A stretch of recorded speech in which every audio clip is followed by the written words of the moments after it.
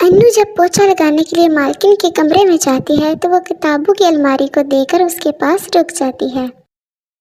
अरे बेटी, तुम वहाँ क्यों रुक गई हो और किताबों को इतने गौर से क्यों देख रही हो तुम? क्या तुम्हें पढ़ने का शौक है? हाँ मालिक, मुझे पढ़ने का तो शौक है। जब दूसरे बच्चों को स्कूल जाता देखती हूँ तो मेरा भी मन करता है मैं भी जाऊँ, मगर हमारे घर में कमाने वाला कोई नहीं है, इसलिए मैं नहीं जा सकती। राकेश अन्नू की ये बात सुनकर अपनी बीवी के पास आ जाता है। रागिनी, मैंने देखा है अन्नू को पढ़ने का बहुत शौक है। मैं सोच रहा हूँ अन्नू को अपने घर में ही ना पढ़ा दूँ। राकेश वहीं पास पर एक स्कूल का प्रिंसिपल था। हाँ राकेश जी, आप ठीक बोल रहे हैं।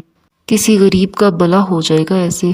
राकेश और रागनी बच्चों से बहुत ज़्यादा प्यार करते थे क्योंकि उनकी अपनी कोई औलाद नहीं थी। अगले दिन ही राकेश रागनी को पढ़ाना शुरू कर देता है और रागनी भी मन लगाकर पढ़ना शुरू हो जाती है। इसी तरह वक्त बीत जाता है। राकेश और रागनी का भी एक बेटा हो जाता है।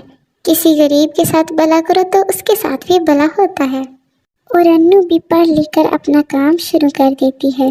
किसी ने सच कहा है, अगर किसी के साथ अच्छा करोगे तो आपके साथ भी अच्छा हो जाएगा।